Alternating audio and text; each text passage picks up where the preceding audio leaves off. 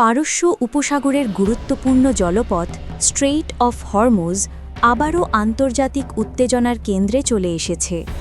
বিশ্বের সবচেয়ে গুরুত্বপূর্ণ তেল পরিবহন পথগুলোর একটি এই প্রণালী এখন যেন নতুন করে সংঘাতের আশঙ্কা তৈরি করছে।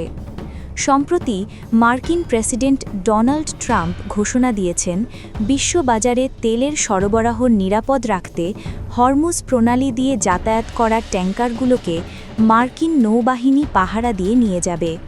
তার মতে, এতে জাহাজ চলাচল নিরাপদ থাকবে এবং বাজারে অস্থিরতা কমবে।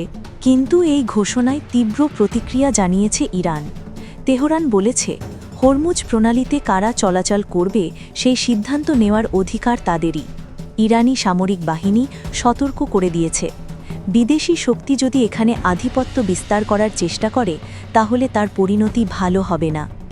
উত্তেজনা শুধু কথার মধ্যেই সীমাবদ্ধ নেই। সম্প্রতি একটি তেলবাহী ট্যাঙ্কারে হামলার দায়ও স্বীকার করেছে ইরানি বাহিনী।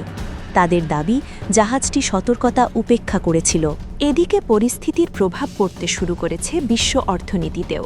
আন্তর্জাতিক বাজারে তেলের দাম ইতোমধ্যে বেড়ে গেছে, কারণ এই হরমুজ প্রণালী দিয়েই প্রতিদিন বিশ্বের প্রায় 1/5 তেল পরিবহন করা হয়। বিশ্লেষকদের মতে, যদি উত্তেজনা আরও বাড়ে তাহলে শুধু মধ্যপ্রাচ্য নয়, এর প্রভাব পড়তে পারে পুরো বিশ্বের জ্বালানি বাজার ও অর্থনীতিতে।